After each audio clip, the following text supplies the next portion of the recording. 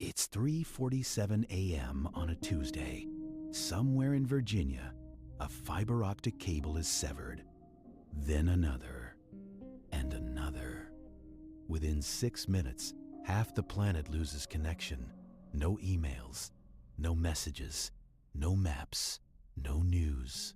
The internet is gone, and it's not coming back.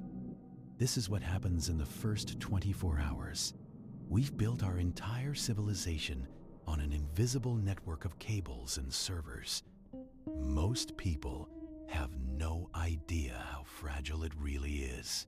In this scenario, we're going to walk through exactly what happens minute by minute, hour by hour, when the system that runs modern life simply stops working. This isn't science fiction. Every single event you're about to see has happened before, somewhere, at a smaller scale. We're just imagining what happens when it all fails at once. In the first 60 minutes, most people don't even realize something is wrong. They assume it's their provider. They restart their routers. They call customer service, but the calls won't go through because modern phone networks run on the internet too.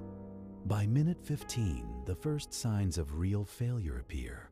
Airports go dark, not the lights, those still work, but the systems. Flight control towers switch to backup radio. Ticketing systems freeze. Thousands of passengers stand in front of screens that no longer update. Hospitals begin switching to paper records. Many haven't done this in 20 years. Young nurses have never seen a paper chart. Stock exchanges around the world halt trading within 20 minutes. Trillions of dollars in transactions are frozen mid-transfer. And in homes everywhere, people start to feel something strange, a silence they've never experienced before. No notifications, no updates, no scroll, just quiet. 6 hours in, the truth begins to spread, not through the internet, but through word of mouth, the oldest form of communication humans have. Supermarkets fill up fast. Modern stores rely on internet-connected systems for everything: inventory, payments, refrigeration monitoring. Credit card machines stop working. Only cash is accepted, and most people don't carry cash anymore. Gas stations face the same problem.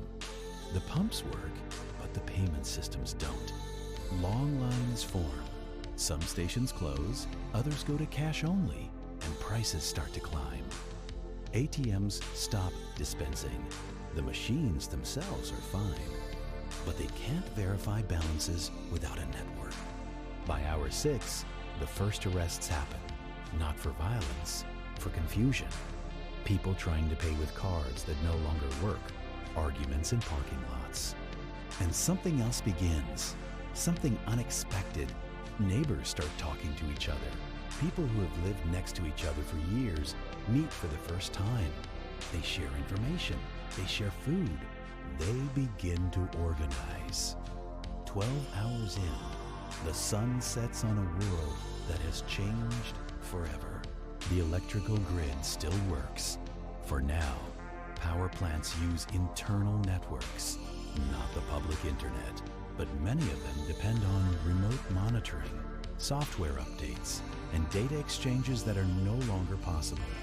Engineers are being called back to plants in person, some for the first time in decades. In major cities, traffic collapses completely. Modern traffic lights are networked. GPS navigation is dead. Ride-sharing apps don't work. Delivery drivers sit in their cars with no instructions. Emergency services are overwhelmed, not because of disasters, but because the 911 system in many regions depends on internet routing. Dispatchers switch to backup systems, some of which haven't been tested in years. At home, families gather around battery-powered radios. For most children, it's the first time they've ever heard live radio. Announcers speak slowly, carefully. They explain what's known and what isn't. And For the first time in 20 years, the sky above major cities looks different. Light pollution decreases. Stars become visible again. Millions of people look up and remember what the night used to look like. 18 hours in, the pressure begins to show. Banks open their doors the next morning to lines that stretch around the block. Most banks can only operate at 10% of normal capacity.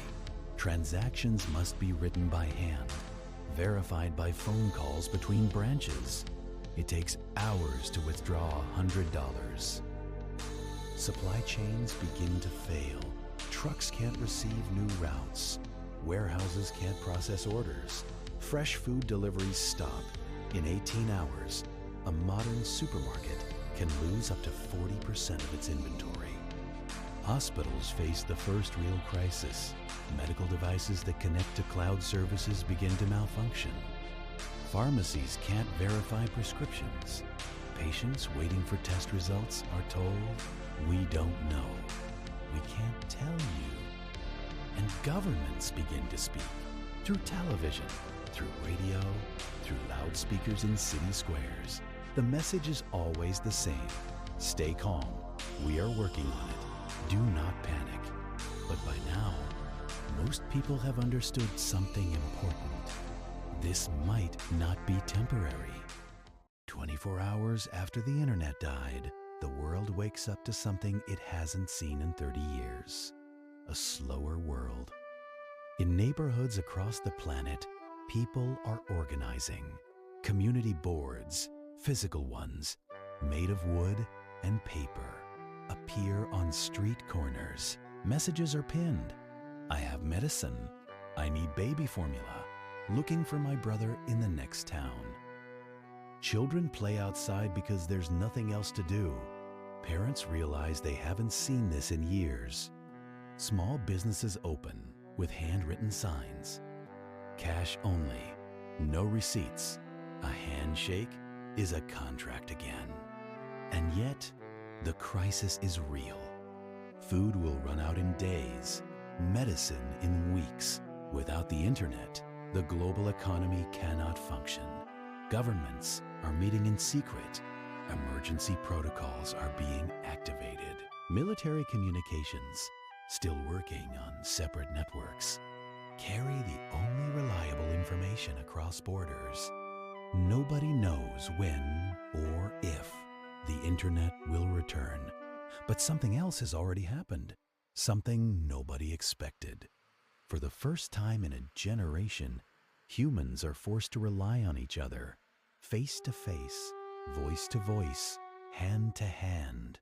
And in that silence, in that strange, terrifying quiet, some people begin to wonder if this world, the one without constant notifications, without endless scrolling, without the digital noise of a billion voices, might actually be the world we were always meant to live in. This was the first 24 hours. But what happens after? When the food runs out, when medicine becomes scarce, when cities begin to fracture? That's the next chapter, and it's coming. Subscribe to find out what happens in the first 7 days, after the internet dies.